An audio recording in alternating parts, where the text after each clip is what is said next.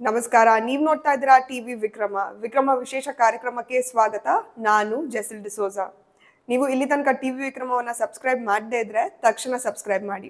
ಒಂದು ಕಡೆ ಚಿವುಟು ಹಾಗೂ ಇನ್ನೊಂದು ಕಡೆ ತೊಟ್ಟಿಲು ತೂಗು ಅನ್ನುವ ನಾಜೂಕು ಕೆಲಸವನ್ನ ಕರ್ನಾಟಕ ಕಾಂಗ್ರೆಸ್ ನೋಡಿ ಕಲಿಬೇಕು. ರಾಮ ಮಂದಿರದ ಲೋಕಾರ್ಪಣೆಯನ್ನ ಬಹಿಷ್ಕರಿಸಿದ ಕಾಂಗ್ರೆಸ್ ರಾಮನ ಮೇಲೆ ನಮ್ದು ಎಂಥದ್ದು ದ್ವೇಷ ಅನ್ನೋದನ್ನ ಇಡೀ ಭಾರತಕ್ಕೆ ಹೇಳ್ತು.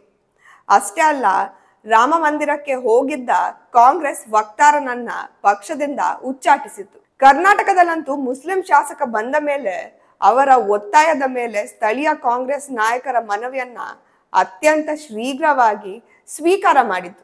ರಾಮನಗರ ಅನ್ನುವ ಹೆಸರಿನಲ್ಲಿ ರಾಮ ಇರೋದಕ್ಕೆ ಬದಲಾಯಿಸಿ ಬೆಂಗಳೂರು ದಕ್ಷಿಣ ಜಿಲ್ಲೆ ಅಂತ ಮಾಡ್ಬಿಡ್ತು.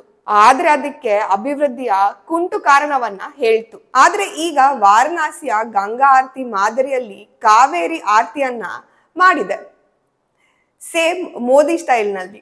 ಇಡೀ ದಿನ ಮೋದಿಯನ್ನ ದ್ವೇಷಿಸೋರು, ಮೋದಿಯ ಪ್ರತಿ ನಡೆಯನ್ನ ಖಂಡಿಸೋರು ಈಗ ಗಂಗಾ ಆರತಿ ಶೈಲಿನಲ್ಲಿ ಕಾವೇರಿ ಆರತಿ ಮಾಡೋಕೆ ಮುಂದಾಗಿರೋದು ಒಂದು ಲೆಕ್ಕದಲ್ಲಿ ಖುಷಿಯ ವಿಚಾರ. ಒಳ್ಳೆತನದ ಸ್ವೀಕಾರ ಮಾಡುವ ಗುಣ ಬಂತಲ್ಲ ಅನ್ನೋದು. ಇದು ರಾಮನಗರದ ಹೆಸರನ್ನ ಚೇಂಜ್ ಮಾಡಿ ಸಿಟ್ಟಿಗೆದ್ದ ಹಿಂದೂಗಳ ಓಲೈಕೆಯ ಸರ್ಕಸ್ ಅಲ್ಲದೆ ಇನ್ನೇನು. ನಮ್ಮ ಅವಧಿಯಲ್ಲೇ ಕಾವೇರಿ ಆರತಿ ಮಾಡಿದ್ದು ಅಂತ ಇನ್ನು ಹೇಳ್ಕೊಂಡು ತಿರುಗೋಕೆ ಒಂದು ಸಾಲು ಸಿಕ್ಕಿದಂತೆ ಆಯ್ತು. ಅಂದ ಹಾಗೆ ಇದೊಂದು ಕಾವೇರಿ ಆರತಿಯನ್ನ ಕರ್ನಾಟಕದಲ್ಲಿ ಮೊಟ್ಟ ಮೊದಲ ಬಾರಿಗೆ ಕಾಂಗ್ರೆಸ್ ಮಾಡಿದ್ದು ಅಲ್ವೇ ಅಲ್ಲ, ಬಿಜೆಪಿನ ಖಂಡಿತ ಅಲ್ಲ. ಬದಲಾಗಿ ಚಕ್ರವರ್ತಿ ಸೂಲಿಬೆಲೆ ಅವರ ನೇತೃತ್ವದ ಯುವ ಬ್ರಿಗೇಡ್.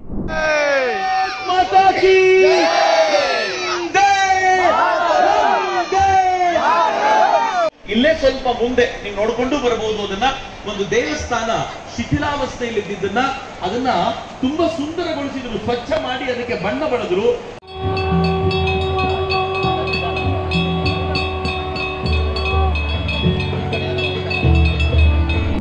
ಕಾವೇರಿ ಆರತಿ ಅನ್ನೋದು ಯುವ ಬ್ರಿಗೇಡ್ ತಂದಿತ್ತು. ಆದ್ರೆ ಈಗ ರಾಜ್ಯ ಕಾಂಗ್ರೆಸ್ ಸರ್ಕಾರ ಒಂದು ಸಮಿತಿಯನ್ನ ರಚನೆ ಮಾಡಿ ಅವರನ್ನ ವಾರಣಾಸಿಗೆ ಕಳಿಸಿ ಅಧ್ಯಯನ ಮಾಡೋಕೆ ಹೇಳ್ತು. ಇವರ ಸಂಭ್ರಮಕ್ಕೆ ವರದಿಯನ್ನ ಕೂಡ ಕೊಡ್ಬೇಕಂತೆ. ಆದ್ರೆ ಈಗಿಂದಲೇ ಆಗೋದಿಲ್ಲ. ಈ ಫೋಟೋಗಳನ್ನ ನೋಡಿ, ಗಂಗಾ ಆರತಿಗೂ ಕಾವೇರಿ ಆರತಿಗೂ ಹೆಚ್ಚಿನ ವ್ಯತ್ಯಾಸ ಇಲ್ಲ. ಕಾವೇರಿ ತಾಯಿ ಹರಿಯುವ ಜಾಗದಲ್ಲಿ ಭಾರತಾಂಬಿಗೆ ಕೂಡ ನಮಿಸೋದನ್ನ ಯುವ ಬ್ರಿಗೇಡ್ ಮರಿಲಿಲ್ಲ.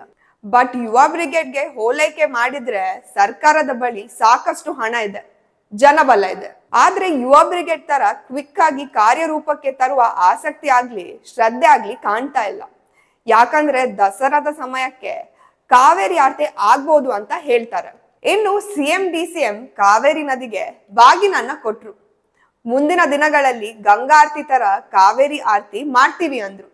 ಆದ್ರೆ ಅಲ್ಲಿನ ಅಧಿಕಾರಿಗಳು ಬಾಗಿನದ ನಂತರ ಭರ್ಜರಿ ಬಾಡೂಟವನ್ನ ಬಡಿಸಿದ್ರು. ಅಲ್ಲಿಗೆ ಇದೊಂದು ನಾಮಕವಾಸ್ತೆ ಕಾರ್ಯಕ್ರಮ ಅನ್ನೋ ತರ ನೋಡಿದ್ರು.